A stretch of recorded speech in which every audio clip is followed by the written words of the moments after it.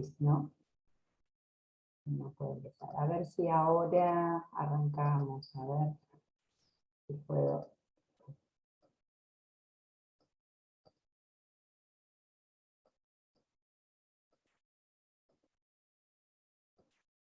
Bueno, lo que les quería repasar de la clase pasada era la diferencia que puede haber entre una solución y un coloide.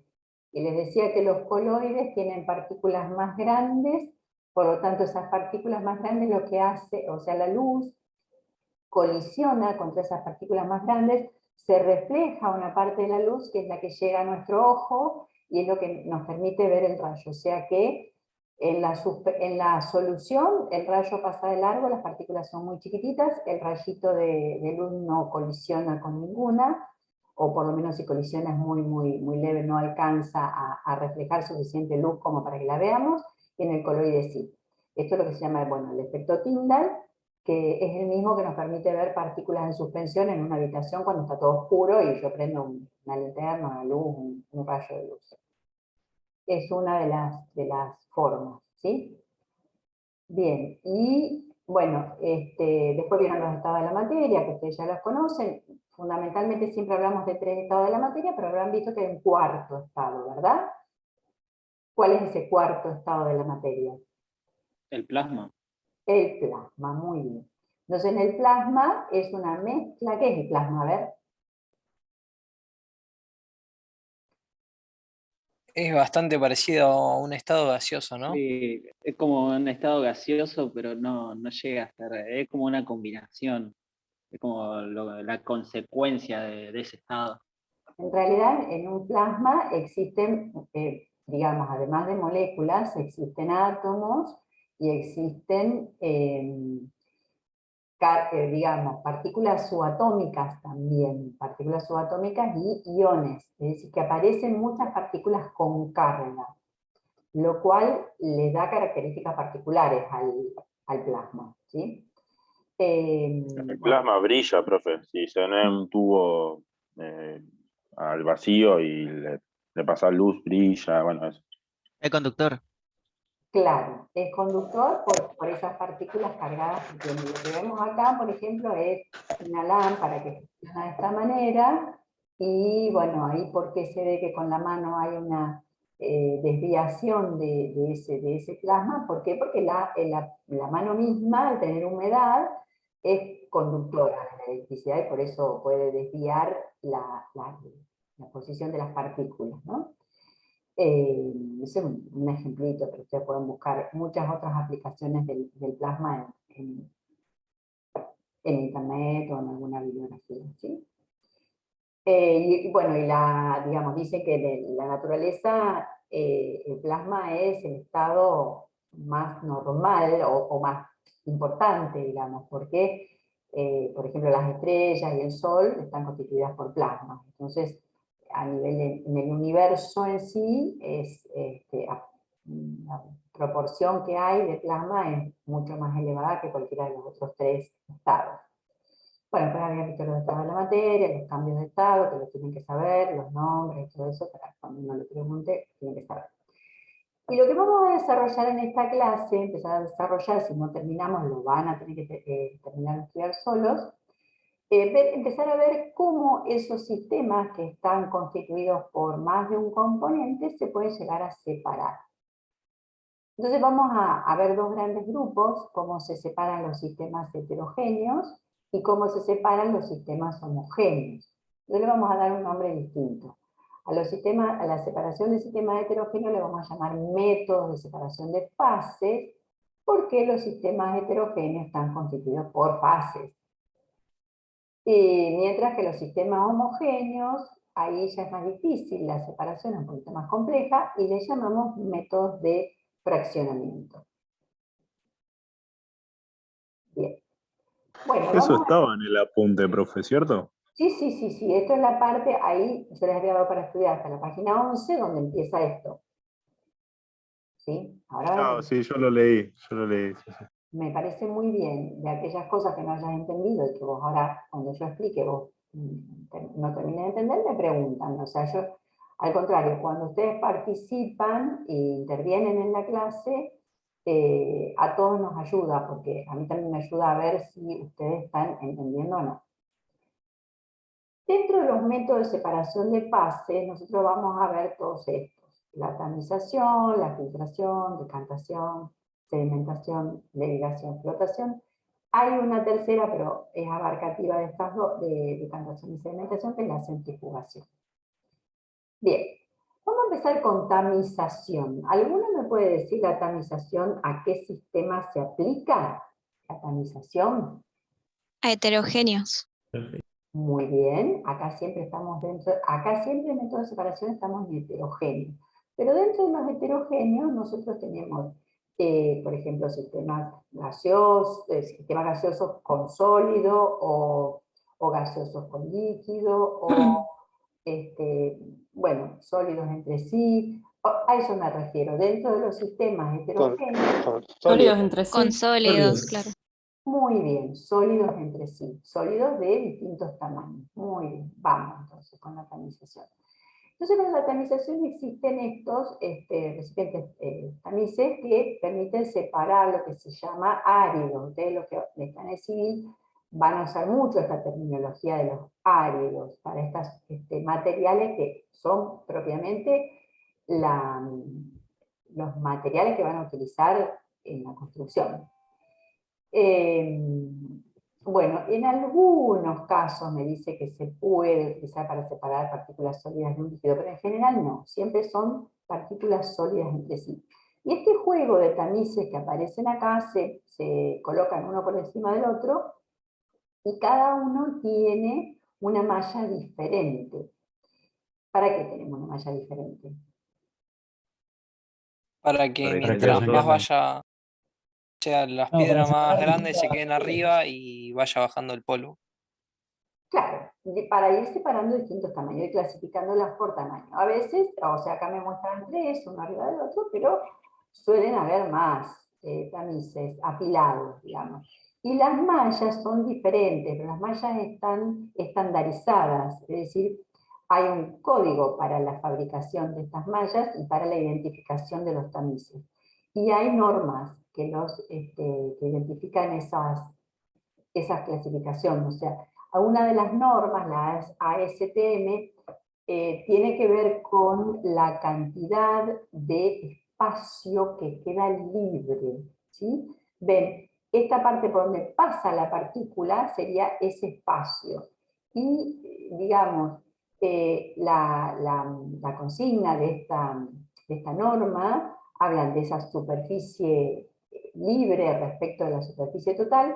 Y, por ejemplo, en esa norma, la STM, esa proporción es del 60%. Es decir, que siempre en todos los tamices, sean para partículas más grandes o más pequeñas, la superficie libre es siempre un 60% del total.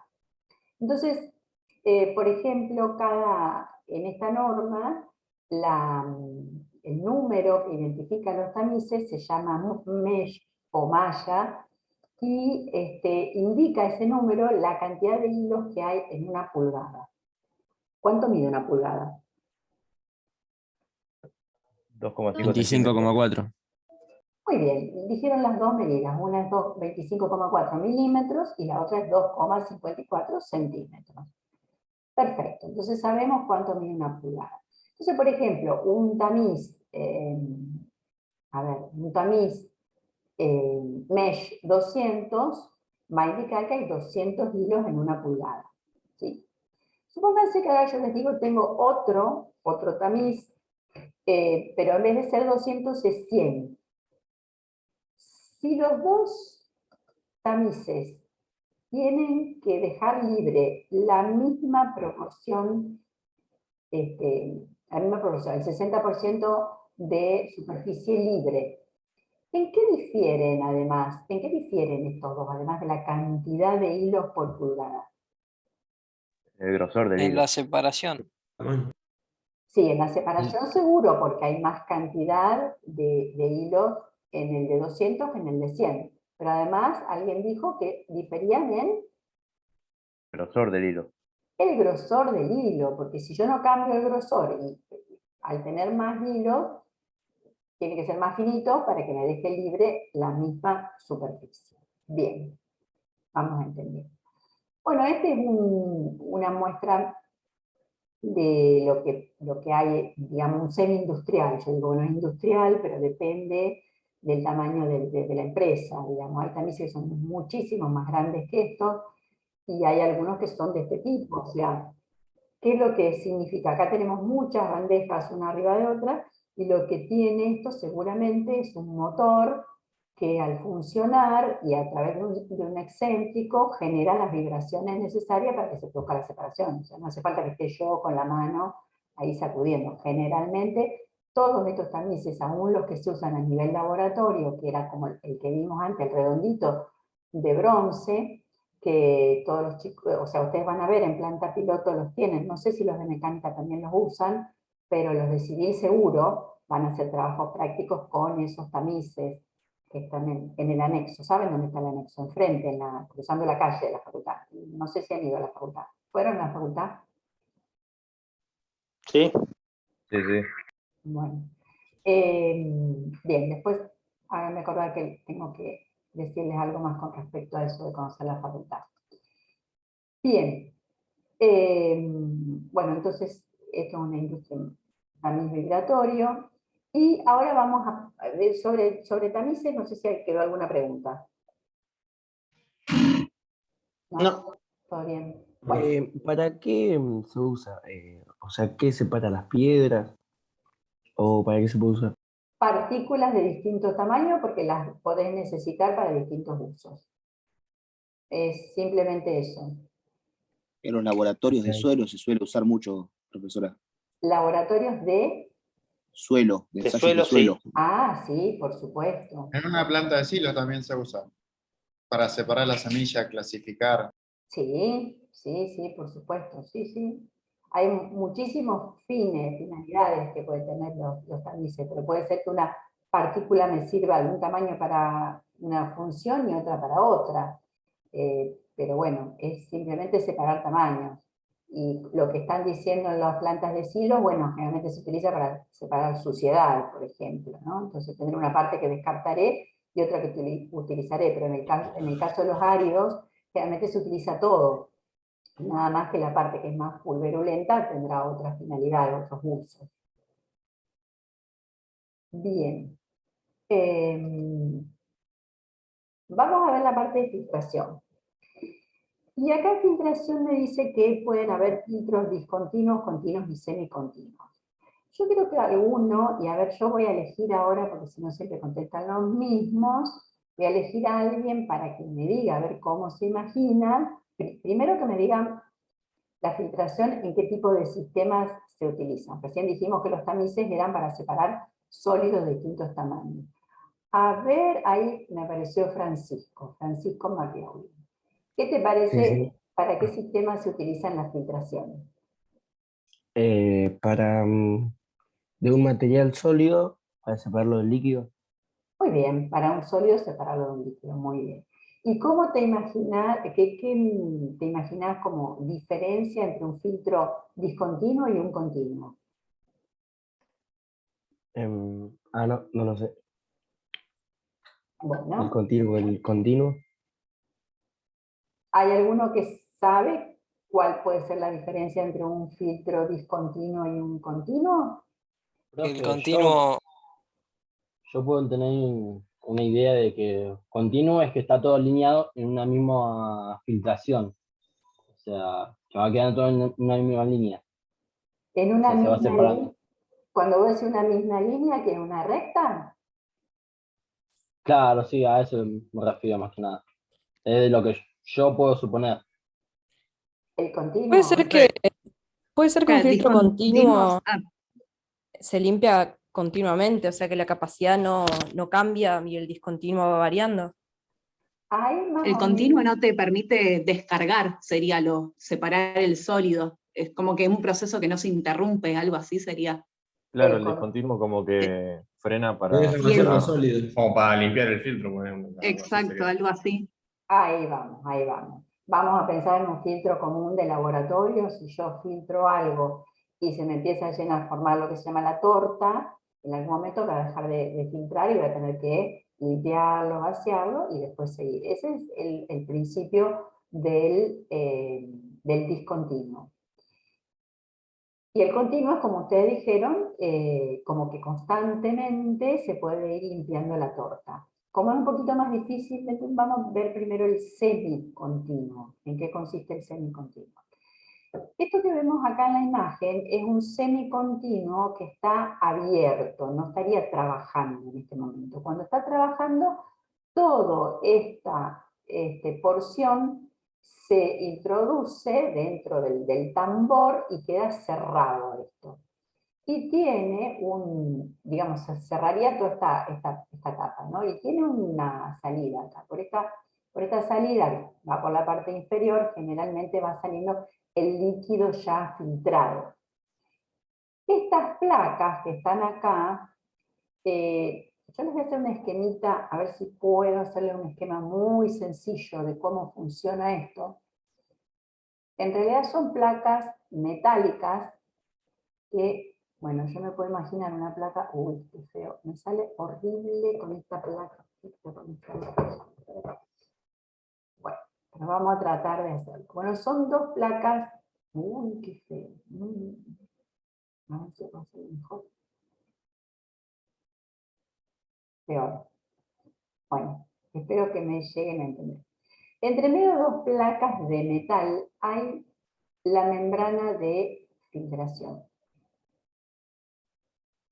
Supongamos que yo tengo, en realidad hay una placa que cierra acá arriba, como para que no pase nada, y la otra que cierra por acá abajo. Entonces, si el líquido, digamos el lodo, vamos a llamarle lodo porque es una mezcla de algún líquido con un sólido, va entrando por acá y va llenando esta parte, al líquido no le queda otra alternativa que pasar por acá, por esta membrana filtrante y salir por la parte de abajo. Que la parte de abajo se recoge en una cañería que une a todos los filtros, porque esos filtros se van repitiendo, fíjense que son muchos los filtros. O sea, acá yo tengo una entrada general que se va distribuyendo, hay parte de este líquido que va a entrar por el conjunto que sigue a continuación. O sea, que son muchos filtros que están actuando a la vez. Imagínense que también, ¿cómo es que logramos que el líquido entre? ¿Gracias a qué? Tengo un mono ahí que va tirando un balde. No, a una bomba de succión. Bueno, una bomba de succión estaría chupando del otro lado. En general son de impulsión, no de succión, ¿sí? Es decir, que van empujando, la bomba estaría impulsando. ¿Sí? Bueno,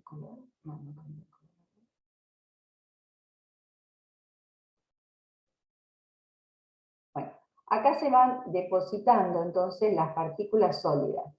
Pero ¿qué pasa? A medida, las bombas tienen una cierta capacidad de impulsión, ¿sí?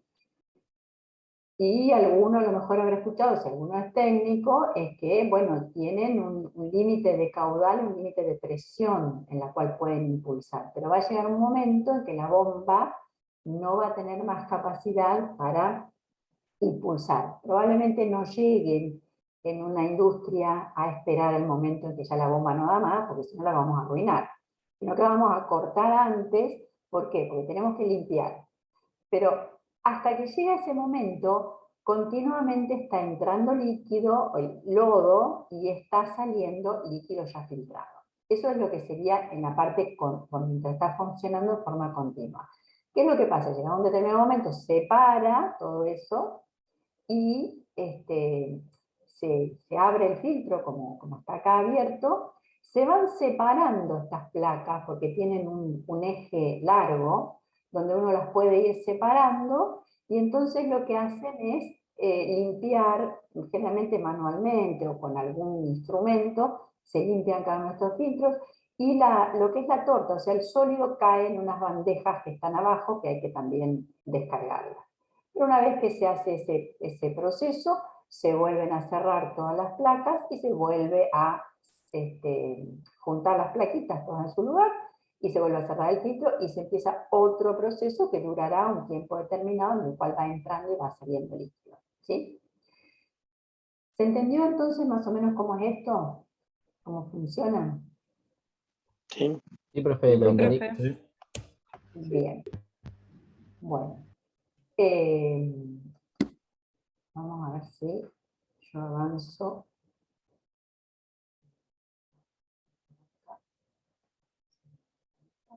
Bien. No me quedó toda esta porquería, así que la vamos a tratar de borrar.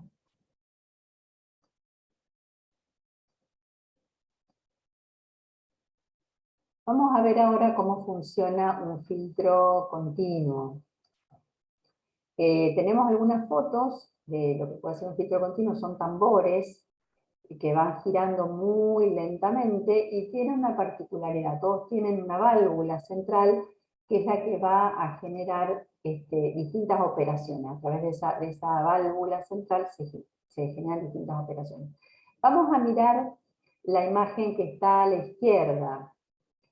¿Qué es lo que pasa? Este tambor giratorio tiene su parte inferior sumergida en parte en lo que es la suspensión que tenemos que filtrar. Fíjense que también allí tenemos entrada de la alimentación por un costado. ¿Cómo funciona esto? La válvula central va a generar distintas funciones. Va a conectar a estos sectores, porque el tambor está dividido en sectores, le va a generar distintas funciones. Cuando la parte inferior está sumergida en el líquido, lo que se produce es, como dijeron antes, la succión, es decir, se genera vacío, y al generarse vacío, se produce la succión. Entonces, a través de la succión, lo que va a pasar a través de la membrana filtrante, porque este tambor, habría que decir que todo alrededor tiene la membrana filtrante, todo esto blanquito que ves por afuera es una membrana filtrante. Entonces, al generarse vacío en ese sector, que están divididos unos de otros, se pasa el líquido y va a ir dejando pegadito a la parte exterior de la membrana parte de los sólidos. Es decir, se va a ir formando lo que es la torta.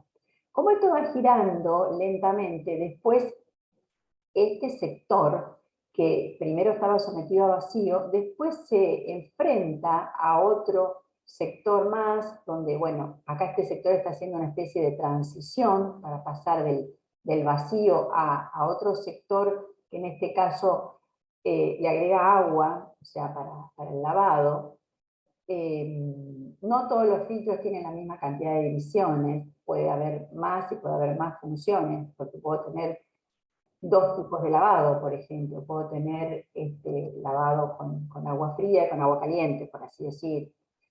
Bueno, entonces tenemos un sector donde lava la torta, porque muchas veces es necesario, o parte de lo que se recupera importante es el sólido, no siempre es el líquido.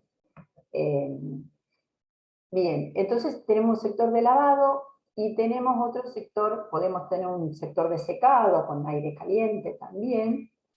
Y acá, importante ver este último sector donde me aparece aire. El aire no, acá estaría soplando el aire, estaría impulsando hacia afuera.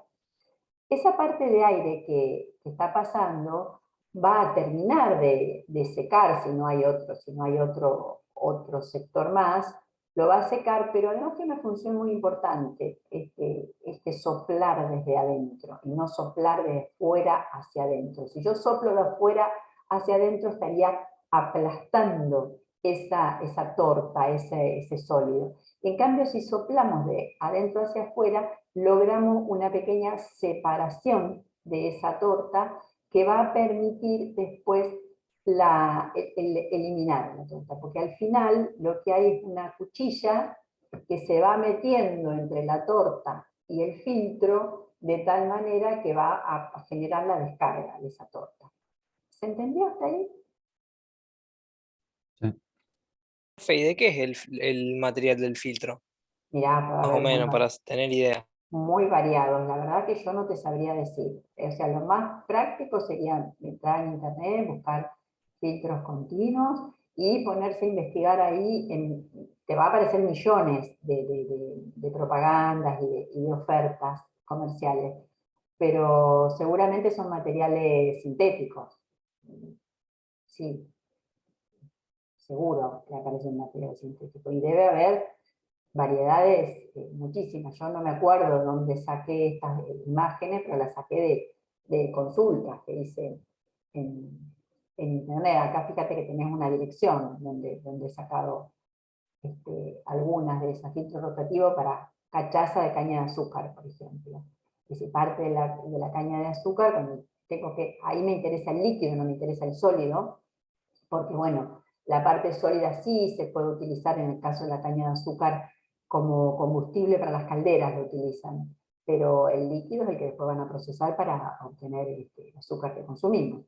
Entonces ahí, fíjense que tiene una aplicación bien directa de los filtros rotativos. Pero no me puse a mirar de cuál era el material. Interesante la pregunta, chicos, así que si lo quieren buscar, me parece muy buena la pregunta. Después me cuentan y si no se entendió de qué el material, hay materiales, hay millones, y de plásticos hay muchas cantidades. Millones no, pero hay miles de plásticos diferentes, eso sí. ¿Alguna preguntita más? Esto no lo puse en el... Una pregunta. Entonces, ¿el proceso duraría tipo una vuelta de lo que sería la máquina? No, sigue andando esto. Esto está continuamente. No, obvio. Pero con lo que es la caña de azúcar, por ejemplo. Sí, en un giro Sí. completo tendrías que estar separando de una cierta cantidad, porque hay que ver la capacidad del filtro. Vos fíjate que lo mismo que se está eliminando, vos vas a eliminar una parte como líquido, que va a salir por algún lado, digamos, estos filtros tienen que tener en algún lugar, si yo me fijo, no sé si es de este lado o del otro lado de atrás, un caño de salida para el líquido. Y tienen la salida de la torta, o sea, la masa, la cantidad de kilogramos que saco por unidad de tiempo, porque acá cuando es continuo tenemos que hablar por unidad de tiempo, de líquido más la de sólido, tiene que ser igual a la cantidad de kilogramos que está entrando por unidad de tiempo, ¿sí? Si entran, qué sé yo, 1000 kilos por hora, de mezcla, de cachaza, me dice, de caña de azúcar, tienen que salir 1000 kilos entre la suma, por hora, entre la suma del líquido y de la torta. No es que se pierda acá, ¿sí? Está continuamente funcionando y sí, en un ciclo entero, en una vuelta entera, se produce esa separación. Acá tratamos de que no... Yo por lo menos particularmente me gusta darles cosas que no están en los libros de química general, porque ustedes van a ser ingenieros, entonces tienen que tener la mirada puesta en otro tipo de equipos. No vamos a hablar del filtrito que usamos en el laboratorio, por eso a veces a mí me cuesta llevarlos al laboratorio para que vean una filtración, o para que vean un tamín y me separen arena de viruta de hierro. Eso lo hacen en el secundario, pero me parece que nosotros acá tenemos que apuntar a otra cosa, ¿sí? Bien. ¿Vamos bien hasta ahí? Sí, profe. Esta es otra imagen y fíjense que este es un filtro con más divisiones. Probablemente este tenga más sectores internos. No sé dónde saqué esta foto, no la anoté. Bien. Bueno, vamos a entrar a lo que es decantación. A ver, alguno que me diga, yo voy a elegir otro más. A ver, Fernando Zetao. ¿Tenés audio?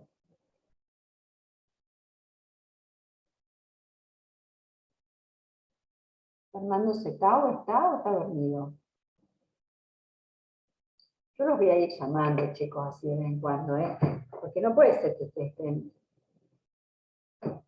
ahí distraídos, no atendiendo, porque para eso se desconectan, no vienen a la clase y listo. Fernando Tenemos separa. audio, dijo en el chat. Ahí te escribió, profe, por el Ah, chat. no tiene audio. Bueno, justo lo pescamos que no tiene audio. Yo lo voy a anotar acá que no tiene audio para no estar molestándolo. Pero esperemos que Fernando sin audio. Bien. ¿Separa los sólidos de los líquidos, puede ser, profe? Bueno, acá me dice que separa los sólidos de los líquidos. Puede ser. La decantación. Separa líquidos entre que no tienen Hay la que misma dejar Los densidad. líquidos no de se diferente para. densidad. el agua reposar para que lo más pesado baje y se separa uno del otro. Separa los líquidos que tienen diferente densidad. Claro. Bueno, yo les digo esto, sí, ahí me dijeron los líquidos de diferente densidad. Vamos a pensar en la densidad del agua. A ver, vamos a buscar la densidad del agua. A ver, No es un gramo en metro cúbico, en milímetro cúbico. la densidad del agua, ¿cómo era? 1 gramo por Centímetro cúbico. ahora, centímetro cúbico. Bueno, yo le voy a dar la densidad del alcohol. El alcohol que estuvimos hablando tanto y usando tanto el alcohol ahora. La densidad del alcohol es aproximadamente 0,8 gramos sobre centímetros cúbicos. Acá tengo 2 líquidos de distinta densidad. ¿Los puedo separar por decantación? No. ¿Por qué? No. Todos se unen, profe. Porque el Es alcohol y muy el agua. ínfima la diferencia. Tienen que ser Se que no hacen se uno. mezclen, líquidos que no se mezclen. Ahí están. Porque el alcohol y el agua se disuelve, puede ser. Claro, son solubles. Se mezclan. Ahí estamos. Cuando decimos, no podemos, si usted, por ejemplo, le hago una pregunta en Ya una... no puede dejar agua y jugo. Uy, perdón. A ver, ¿quién está hablando? ¿Ramiro? ¿Quién es el que estaba hablando No, recién? perdón, estaba hablando solo y me di cuenta que estaba desmuteado. Bueno, pero decilo, a ver, decilo en voz alta. Ah, no digo que, por ejemplo, un soluble sería el jugo. No, si lo pone agua, el agua. Perdón, si deja el jugo no se va a decantar. Estaba diciendo no, para mí. Estaba... Jugo, bueno. Claro, por eso, el agua de pozo, por ejemplo, sí, la mayoría de veces la ponen en un balde, le deja un tiempo y bueno, baja la arena o lo que tenga. Bueno, ahí estamos hablando de la diferencia entonces de lo que son las soluciones de las suspensiones. Es muy similar a lo que estuvimos hablando antes. Una suspensión sí van a caer las partículas y en una solución no. Por eso es incompleto la definición de decir, bueno, cuando digo, ¿qué se separa con la decantación? Y me dijeron líquidos de distinta densidad.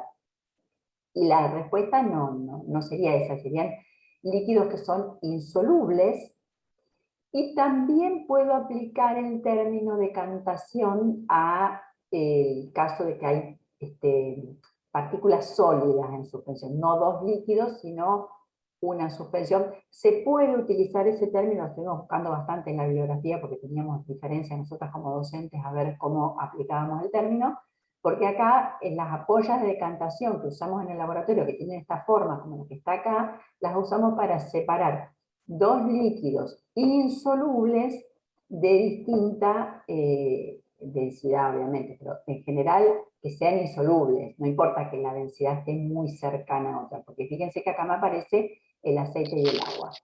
¿Saben más? Profe, sí. ¿puede ser que la decantación se usa para potabilizar el agua?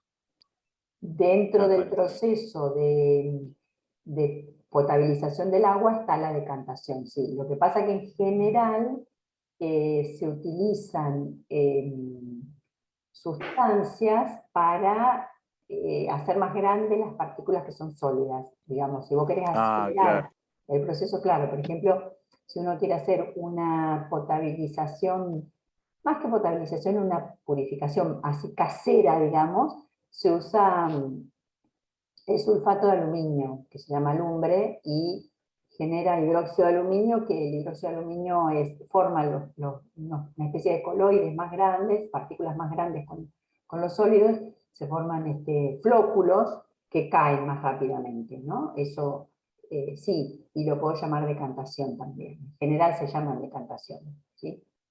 Profe, o sea, La definición de decantación sería que separa emulsiones y suspensiones. Bueno, las emulsiones, si son estables, no te las van a separar. Suspensiones, hay que decir. Suspensiones y suspensiones, en el caso de que son un sólido con un líquido, y líquidos insolubles entre sí. Líquidos insolubles, como el caso del aceite y el agua. Por ejemplo, se usa bastante en la industria, en los procesos digamos, en la industria del biodiesel, cuando se fabrica el biodiesel, cuando se obtiene, no se obtiene solo biodiesel, sino que también se obtiene glicerina. La glicerina y el biodiesel no son solubles, o sea, se solubilizan siempre en una pequeña cantidad, pero en general son insolubles. Entonces, cuando está terminando el proceso de reacción química, después de la reacción química hay que aplicar procesos de decantación, que en realidad puede ser gravimétrica o puede ser, como van a ver, se acelera por centrifugación. En el vino también, por ejemplo. En el vino también, sí, en esos filetones grandes,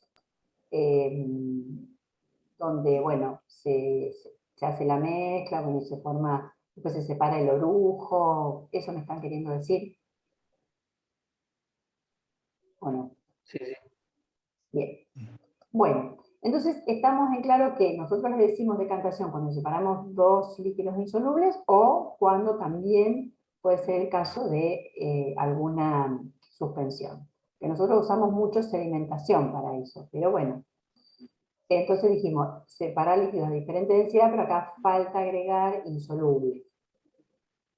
Bueno, y este es un esquema de un aparato industrial de separación por decantación, pero gravimétrica, y un aparato continuo. Por eso me dice decantador gravitatorio continuo. Constantemente, fíjense que tengo la alimentación, va entrando una mezcla, ya sea de lo que dijimos recién. Piensen en el biodiesel, acá estaría entrando biodiesel y glicerina, todo junto. Y bueno, tengo dos líquidos, uno más de menor densidad, que está por encima, y el de mayor densidad, que está por debajo. Como siempre está entrando algo, va a haber uno de los líquidos, el más liviano, que va a salir por lo que se llama rebosadero, es decir, un volcado por la parte superior, por nivel, nada más que va descandando.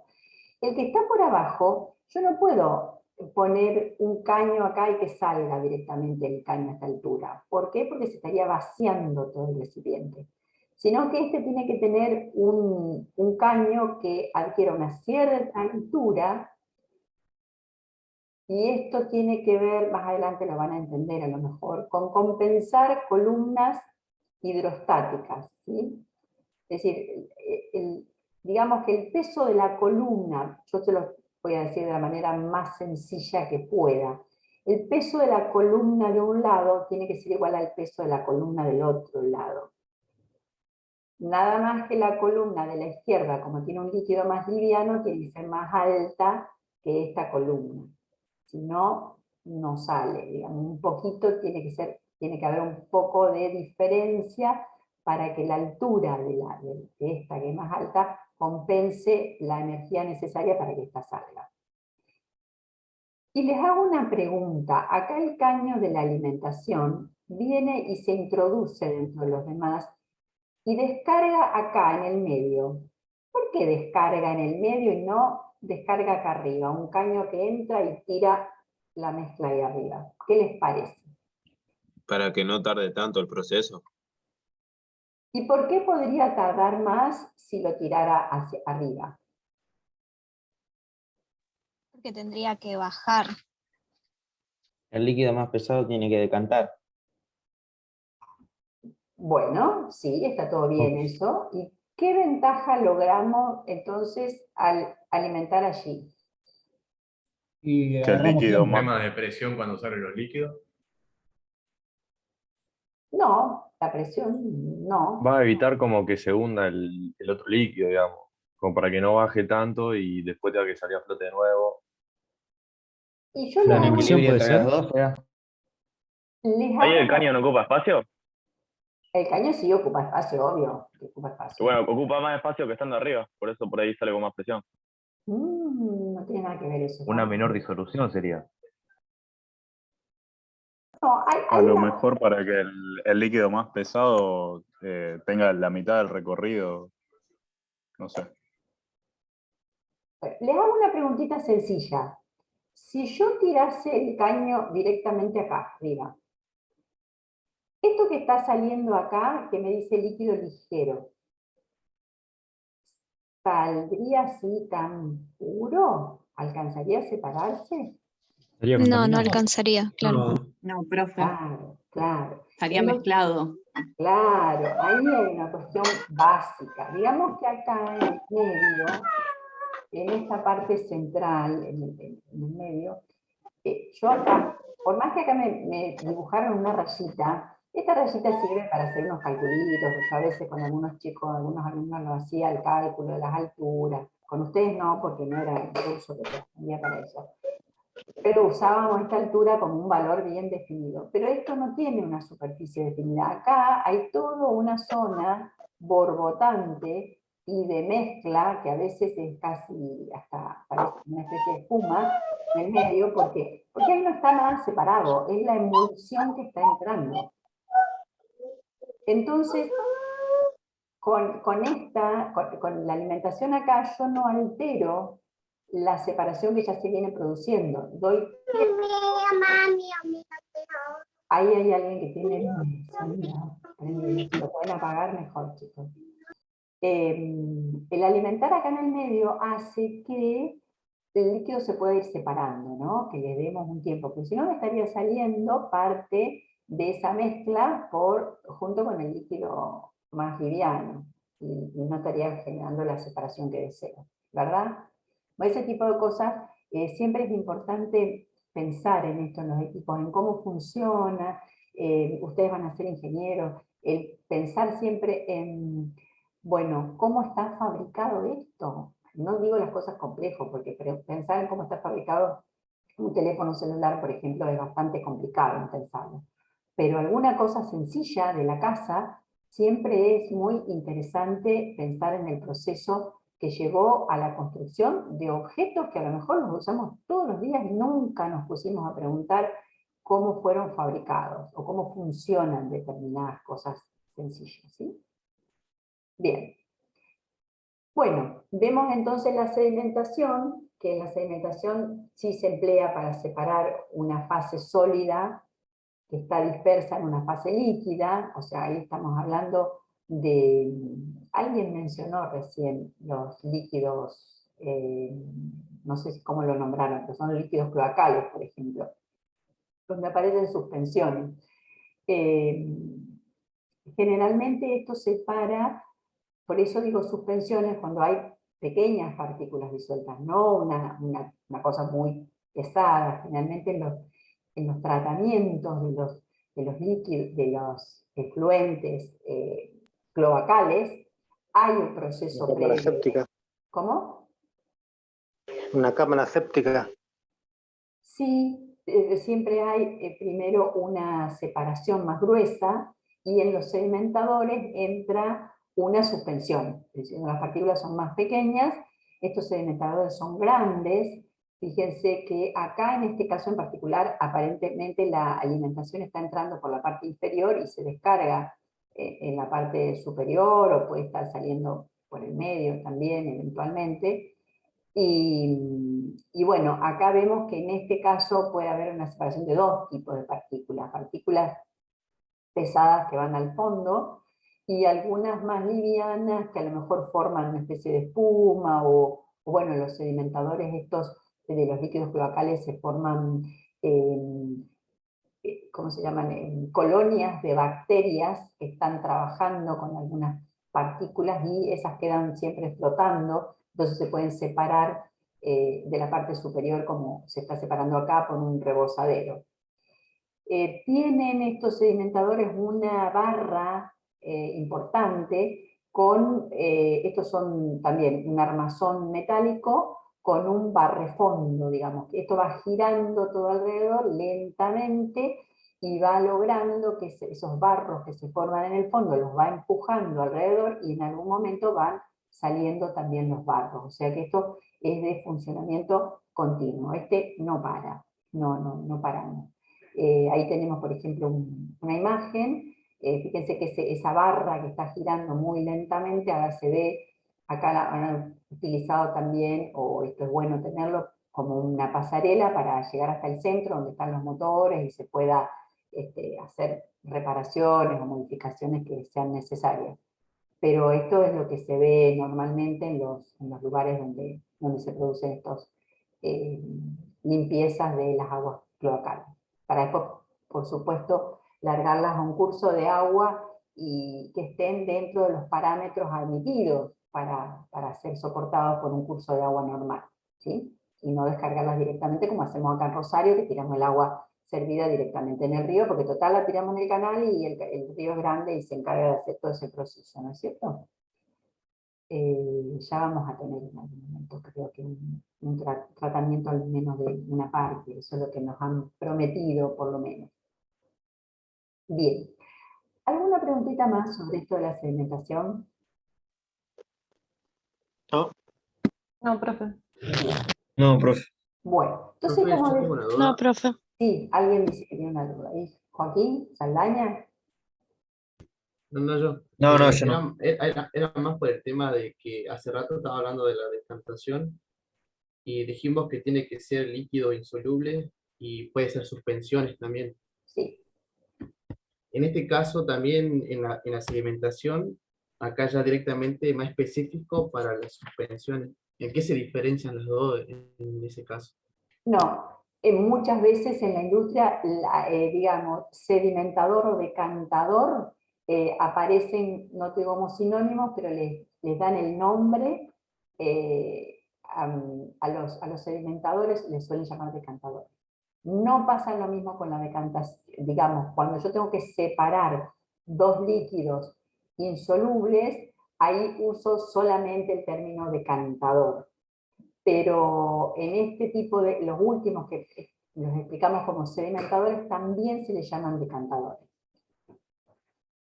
Sí, o sea, van a ver que no es tan tajante las divisiones a veces en la industria, ¿sí? Bueno, esto Profe, una pregunta. Sí. Por preguntar, ¿qué decía aguas servidas? Imagino que agua servida sería el agua que tiene desechos o cosas así. Sí, generalmente sí pueden ser las servidas domiciliarias, son los cloacales, pero también pueden ser desechos industriales. Ah, bueno, listo. A Buenísimo, veces gracias. en las industrias usan también piletones grandes, y eso sí, si tenemos un piletón sin agitación, cada tanto hay que vaciarlos y limpiarlos, serían procesos discontinuos eso, pero suelen ser grandes piletones, por ejemplo la industria frigorífica, las industrias lácteas, sí, hemos visto en otros lados, hay una empresa en San Lorenzo que trata residuos de todo tipo, que es IBM, y bueno, también tiene una pileta enorme, tiene varias piletas, es decir, una secuencia de piletas, una separa los sólidos, la otra genera un proceso de descomposición natural por acción del sol o de las bacterias que ya incorporan estas sustancias, y bueno, que a veces una última, algunas pueden ser aireadas y agitadas y otras no, porque actúan distintos tipos de bacterias en la limpieza.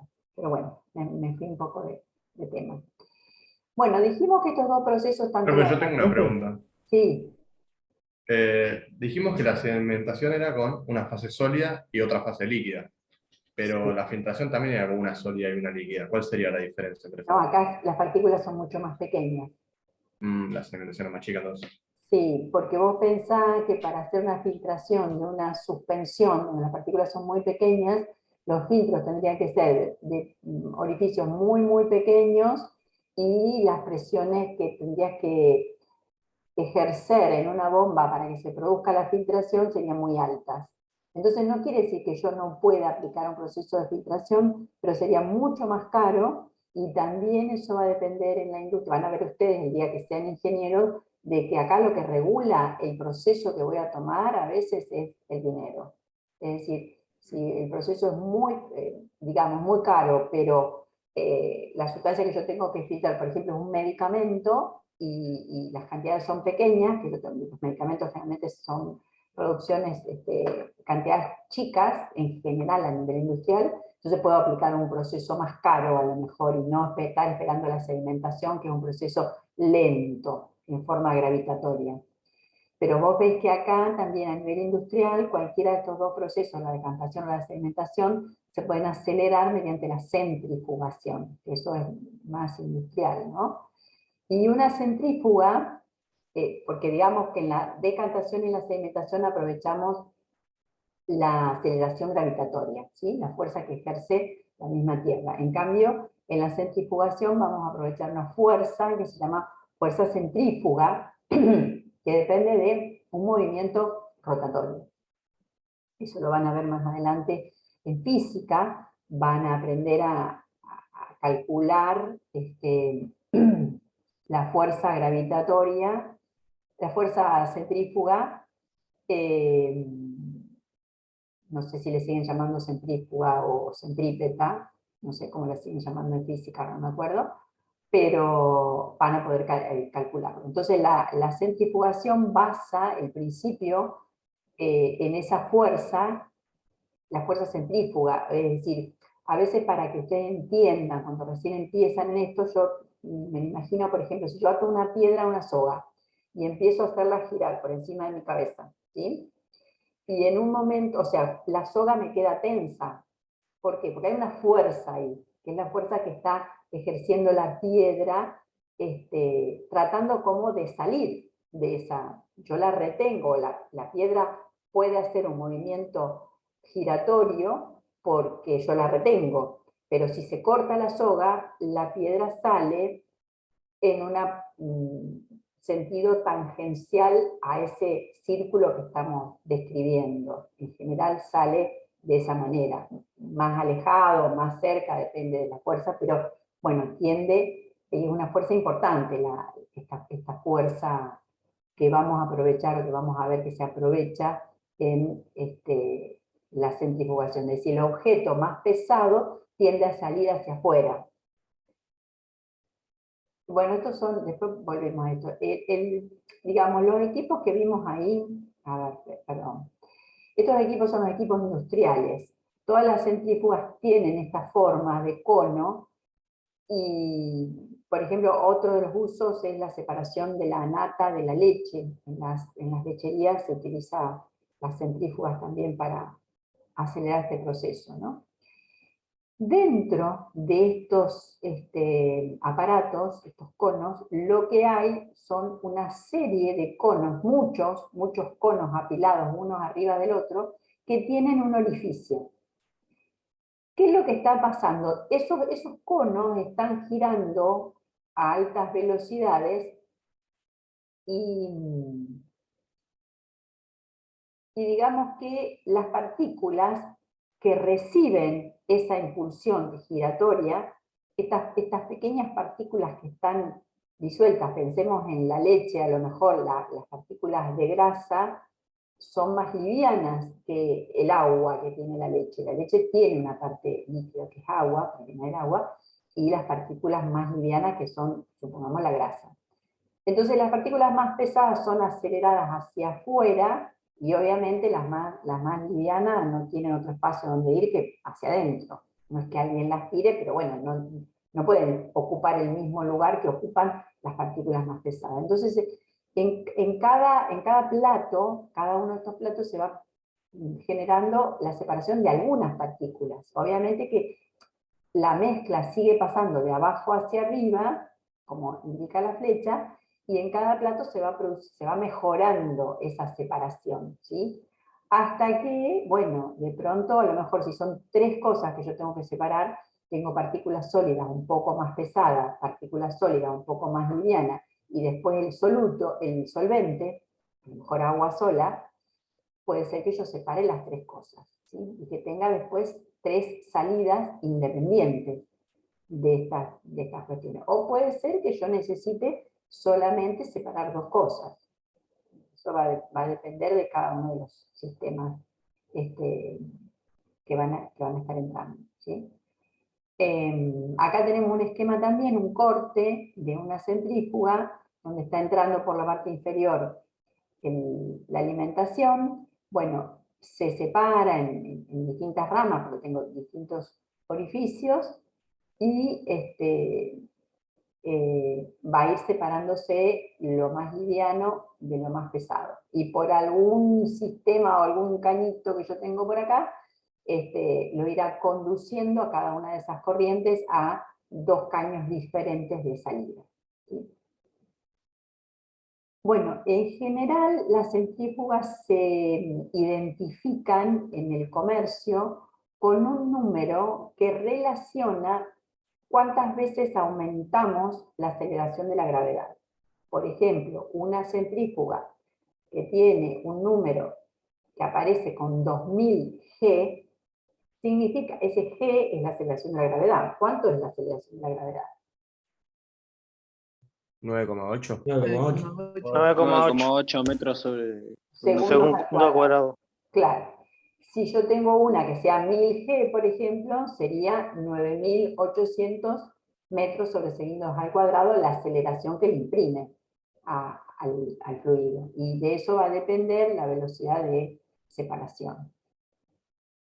¿Se entendió más o menos? O sea, esto que les muestro ahora es un adicional, no es algo que uno le va a decir, bueno, ahora te voy a tomar cómo son las centrífugas industriales. Es algo que yo les agrego para que ustedes vayan entrando en esa mentalidad del ingeniero, ¿sí? Porque después la parte de química que vamos a ver es toda una química básica, que es la misma para todos, que sería la misma que tendrían que dar a lo mejor en bioquímica o en licenciatura, pero a mí me interesa siempre que ustedes tengan esa cabeza puesta en el futuro profesional que van a hacer. Bueno, este es otro de los procesos, la levigación. La levigación se utiliza para separar también sólidos, dos sólidos, pero en este caso también habla de partículas más livianas y partículas más pesadas. Acá sí influye mucho la densidad de esas partículas, ¿no? Son provenientes de distintos minerales y hay uno de los minerales que tiene una densidad mucho mayor que el otro, ¿sí? En realidad, Separar el oro, ¿no? claro, iba a decir lo mismo. fundamentalmente el ejemplo es el oro. Porque las partículas, ¿se acuerdan que, no sé si vimos en la clase pasada la densidad del oro? El oro tiene una densidad de 19 gramos por centímetro cuadrado cúbico, a diferencia del agua que tiene 1. O el hierro, que por ejemplo tiene 7,8 gramos sobre centímetros cúbicos de densidad. O sea, la del oro es una, digamos, de densidad importante en diferencia con los demás. Por lo tanto, si yo tengo una arena donde dentro de esa arena hay partículas que tienen oro, esas partículas son mucho más pesadas, por eso acá habla de una arena aurífera, es decir, una arena que contiene partículas de oro o partículas mezcladas con oro. Entonces se agrega una tercera corriente, que es la corriente del agua, donde lo que hacemos es barrer o generar una corriente con un impulso fuerte de agua con arena, y al pasar por una serie de canaletas, lo que va a generar es que, digamos, las partículas que tienen oro van a depositarse primero. Y bueno, voy a generar un mejoramiento del porcentaje. Obviamente siempre voy a tener un porcentaje en estas partículas de oro, como dice acá, voy a tener un porcentaje de arena, y en esta arena que tengo acá voy a tener un porcentaje de partículas de oro, pero voy a mejorar mucho la composición de esa manera. Pero no vamos más allá que eso en este método de levigación. Entonces, sí saber que son dos sólidos por arrastre y que se basa en esto, de que voy a separar partículas más pesadas de otras más livianas. ¿Sí? Bueno, por Sí. último tenemos que ver la flotación. ¿Están cansados, chicos? No. Son las 4. Nosotros a las 4:30 tratamos de terminar, pero nos faltan nos faltan flotaciones y nos faltan los más difíciles, que son los métodos de fraccionamiento. Bueno, la flotación también es un proceso, digamos, que separan generalmente 3 fases: un sólido, un líquido y un gas, en general. Pero vamos a ver por qué un gas, dónde aparece el gas ahí, ¿no? En general uno dice flotación y se está imaginando, qué sé yo, el corcho que flota o el telgopor que flota, pero no es así. A nivel industrial, el objetivo es separar especies minerales en partículas pequeñas, porque tienen una adhesión, digamos, a determinadas, digamos, burbujas de aire, ¿no? ¿Por qué? Porque vamos a ver un esquema. El esquema sería este, donde tengo un equipo, en general, el principio de funcionamiento es el que aparece en el cuadrito del costado, donde dice que hay una burbuja de aire en la cual se pueden adherir partículas que son hidrófilas, me dice, ¿no? Algunas partículas, miren, las de color más oscuro, marrones más oscuros, son hidrófilas. ¿Qué quiere decir hidrófilo?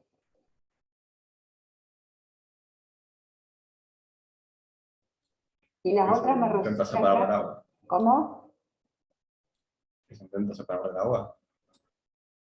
No te escuché bien, Ignacio, repetilo. Que se une al agua. Claro, que tienen afinidad con el agua, ¿sí? Las hidrófilas. Mientras que las hidrófobas tienen un rechazo hacia el agua, ¿no? Pero esas hidrófobas se pueden adherir más fácilmente a partículas gaseosas, o sea, como el aire. Entonces, ¿cómo se logra esto? Lo que se hace es que, digamos, fíjense, un recipiente grande, un lugar donde se trabaja esto, que tiene un agitador, que probablemente este agitador a lo mejor no vaya a velocidades altas, sino lentas, pero el mismo agitador tiene una entrada lateral, o sea, acá tengo un anillo concéntrico con el eje, por el cual en la parte exterior está entrando el aire, y el aire va a tener salida en esta parte inferior del agitador. Es que como van a salir chorritos de gas por la parte inferior. Ese aire que está entrando y se va distribuyendo todas estas burbujitas dentro del líquido general, lo que hace va a ir arrastrando hacia la parte superior esas partículas que son hidrófobas. ¿Sí? En la suspensión va a seguir quedando, a lo mejor acá me dice desecho, pero este desecho que está saliendo es el agua con las partículas hidrófilas. O sea que esto será una solución, porque ahí no se puede separar del agua. Mientras que las que son hidrófobas, como suben a la superficie arrastradas por esta burbuja, se pueden ir eliminando también por rebosadero, ¿no?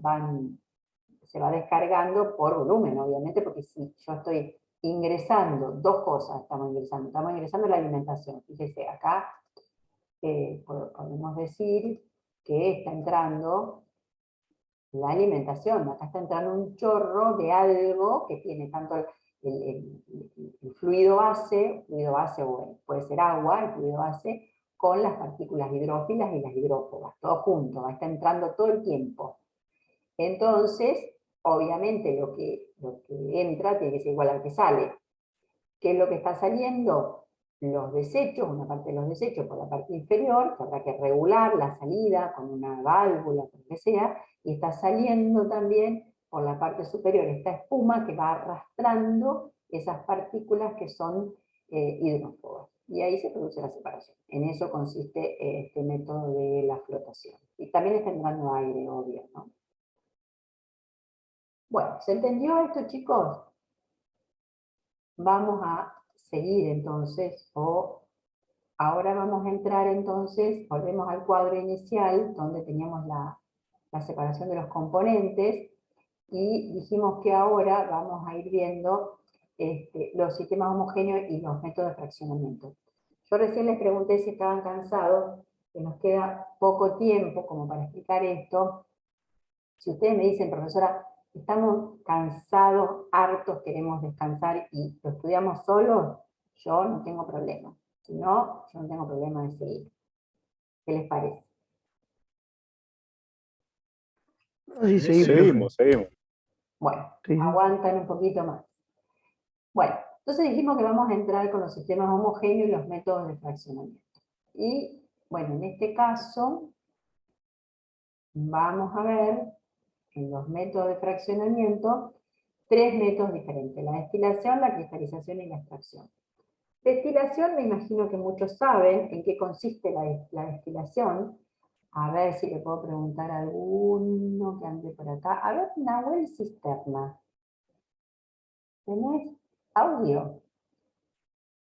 Sí, sí. ¿Qué sabes de destilación? ¿Tenés cámara? Ahora no la tengo activa porque, bueno, estoy en el celular y se me rompió así. Bueno. Nahuel, vos yo no te tengo en el listado, ¿te anotaste también último? Ah, a ver, espérate. No. No, te estoy mirando mal, no, sí te tengo, sí te tengo. Perfecto. Bueno, decime, Nahuel, ¿qué pensás de la destilación? ¿Qué es la destilación? No te escucho porque cerraste el audio. Sí, sí. Creo que la destilación tiene que ver con el punto de ebullición de los líquidos. O sea, se los evapora, por ejemplo, un líquido, y el otro se queda ahí, ya que tienen diferente punto de ebullición, Muy si no bien, recuerdo mal. muy bien, muy bien. ¿Eso lo viste en el secundario? Sí, yo soy de naturales. Bien, muy bien. Ese es el principio de la destilación, es la separación de dos líquidos por diferencia en el punto de ebullición. A veces también se separa un sólido, pero bueno, en general son dos líquidos. A ver si...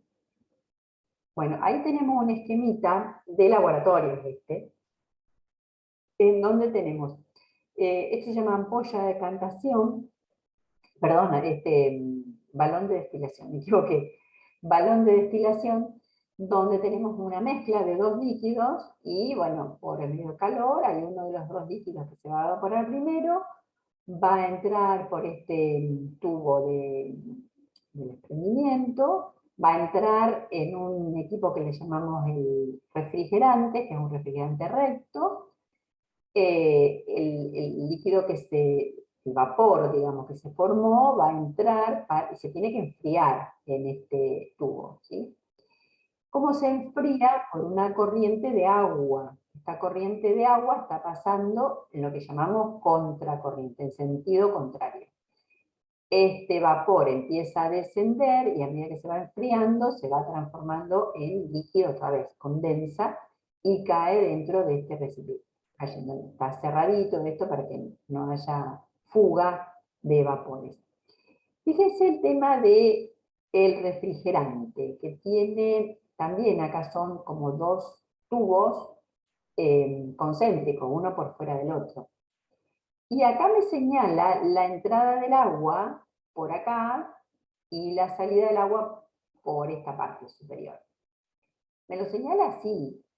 La pregunta sería, ¿puedo conectarlo al revés? Es decir, la entrada de agua acá donde dice la salida y que descargue más abajo.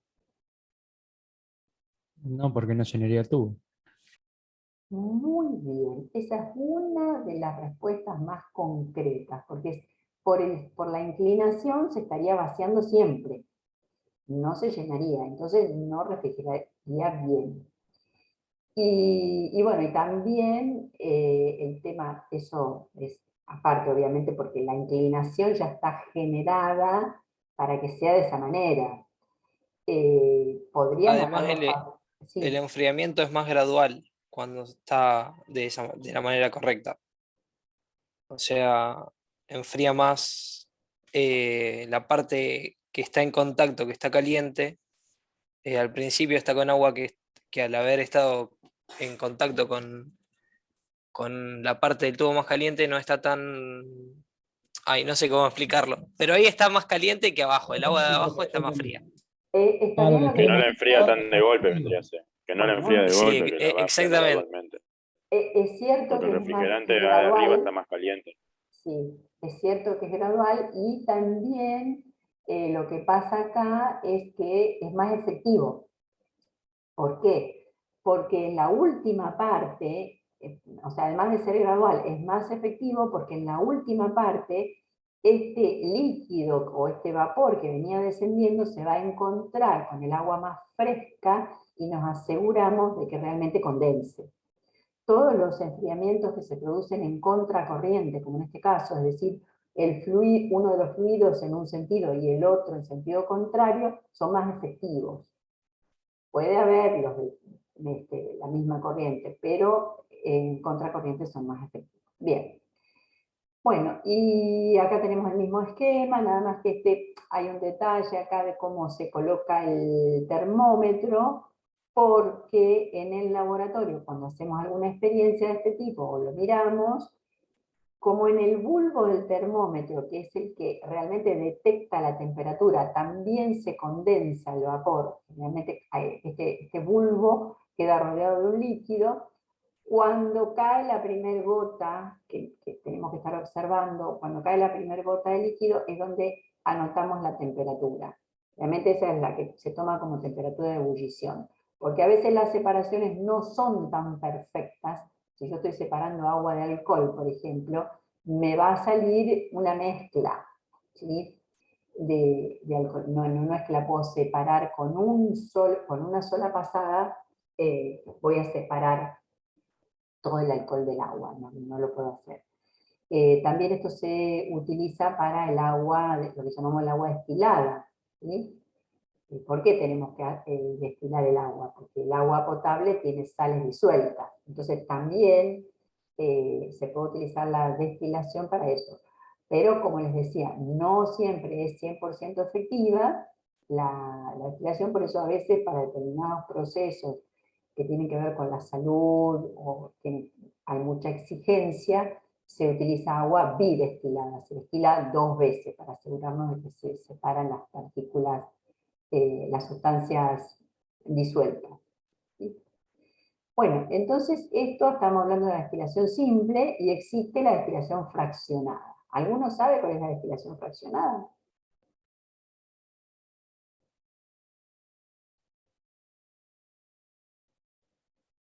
La destilación fraccionada me parece que, o sea, es como que primero está, no me acuerdo bien, pero va subiendo, por ejemplo, no sé, a cierta temperatura destila esto, a otra temperatura destila esto, y se ponen como unos techos para que condense, y hoy no me acuerdo bien la verdad cómo es, pero sé que tiene que ver con distintos líquidos que están juntos y que se van separando dependiendo de las temperaturas.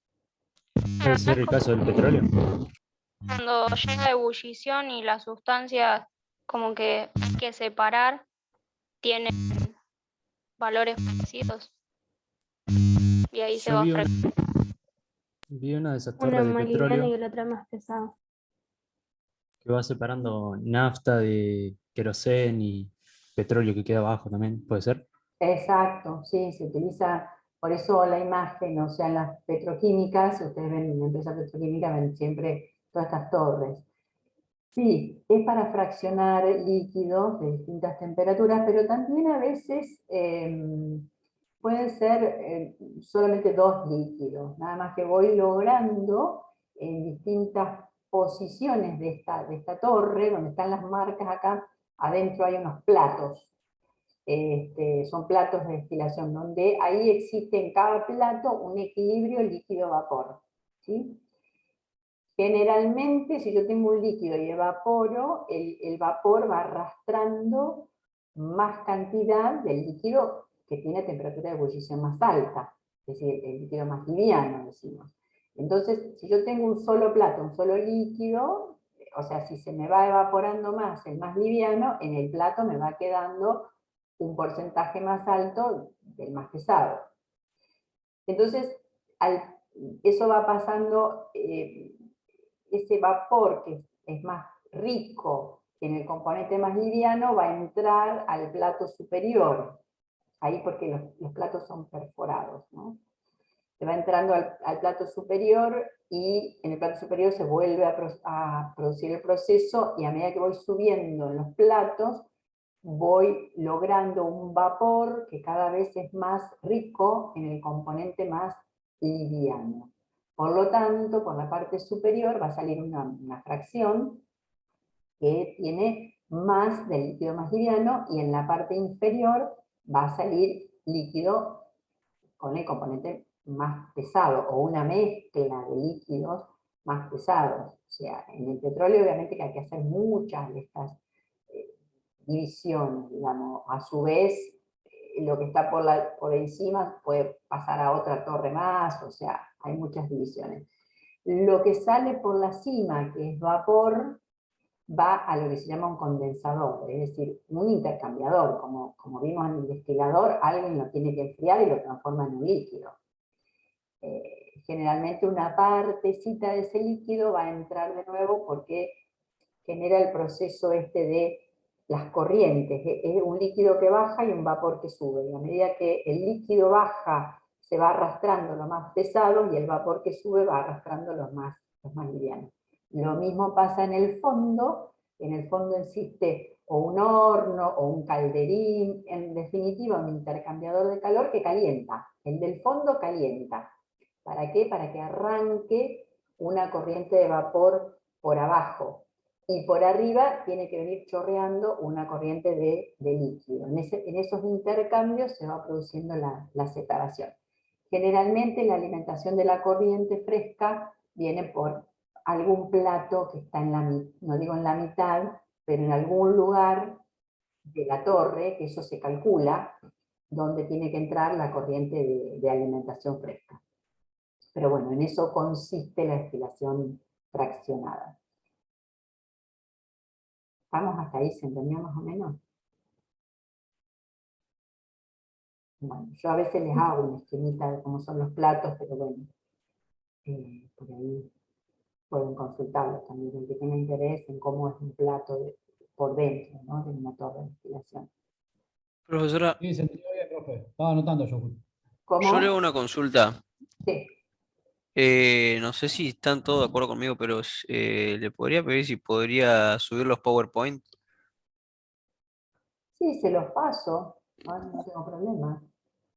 Yo porque, o sea, me gusta más la forma en la que están los PowerPoint que los PDF. Bueno. Sí, a mí también me gustaría tenerlo, profe, el PowerPoint ese. Sí, por ahí uno le agrega alguna cosita, pero cada profesor tiene su... Todos usamos la misma teoría en las unidades, todos usamos lo mismo. Pero bueno,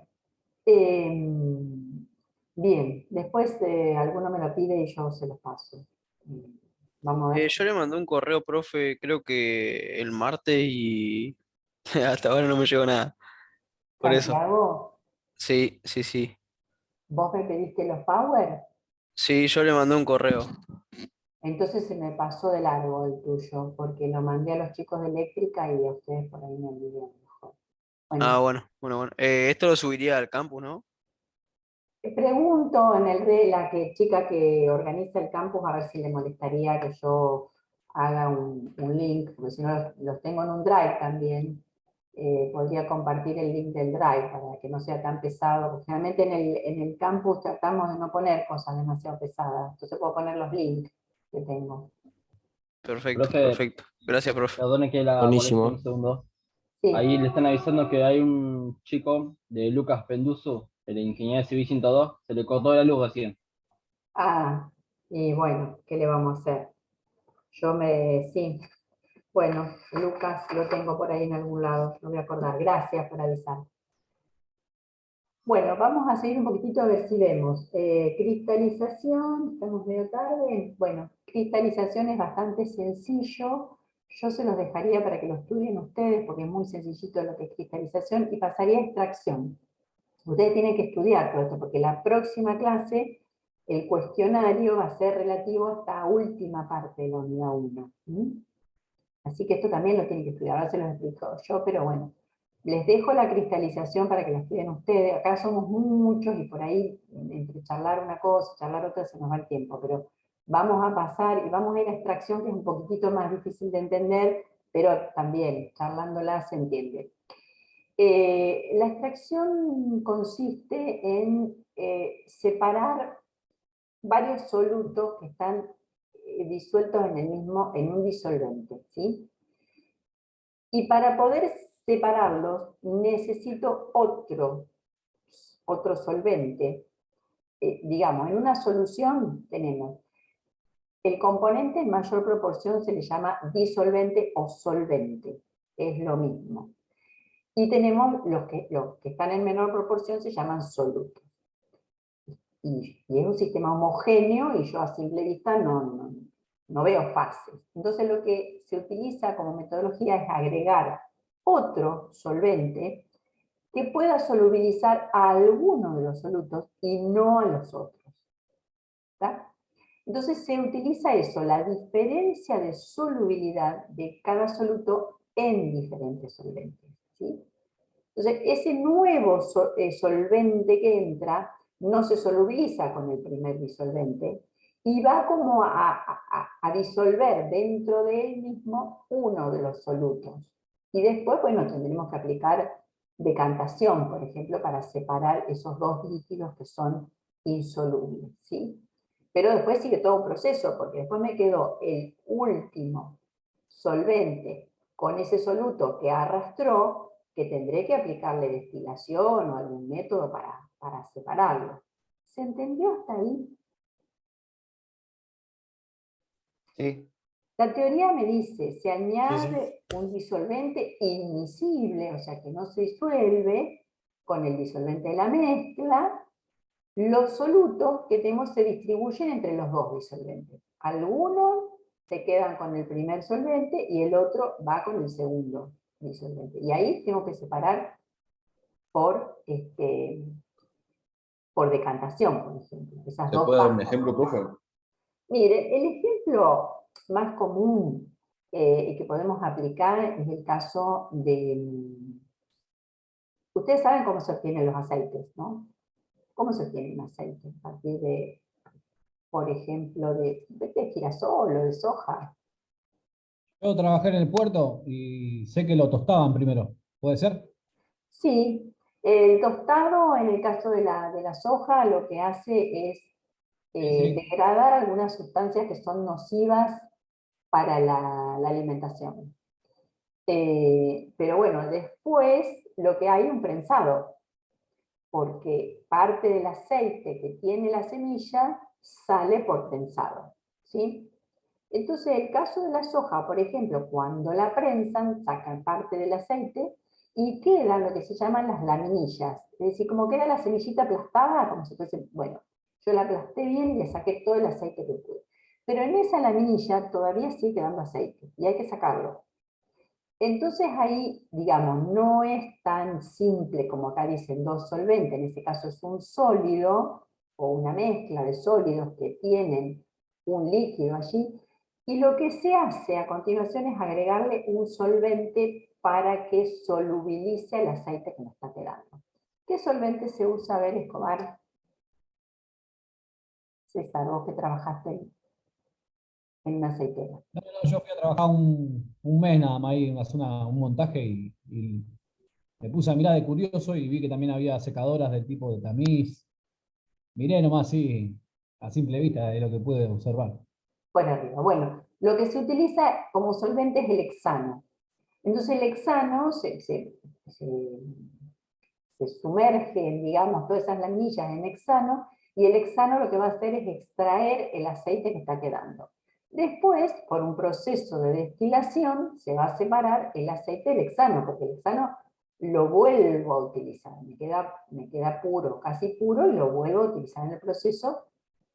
Digamos que los procesos de extracción no son tan sencillos, digamos, yo tengo varios recipientes, ¿no? Es como que la micela, que se llama la mezcla esa de el hexano con las semillas va pasando de uno al otro, porque a medida que se va concentrando, digamos, el aceite en distintos recipientes, y bueno, finalmente lo que se extrae va a ir a una torre de destilación para separar el aceite de ese hexano que lo tengo que recuperar, ¿sí? Pero bueno, básicamente el principio es este. ¿Se entendió hasta ahí? En general yo ahí estaría terminando con la unidad. A ustedes les queda estudiar cristalización, que es muy cortita, muy fácil. Y ahora les dejo, vamos a ir al campo y les voy a dejar la tarea que tienen para la próxima clase. A ver si pueden entrar en el campo. Profe, usted ahora va a dejar un cuestionario de Google, ¿puede ser? Sí. El cuestionario, digamos, el cuestionario en realidad es de...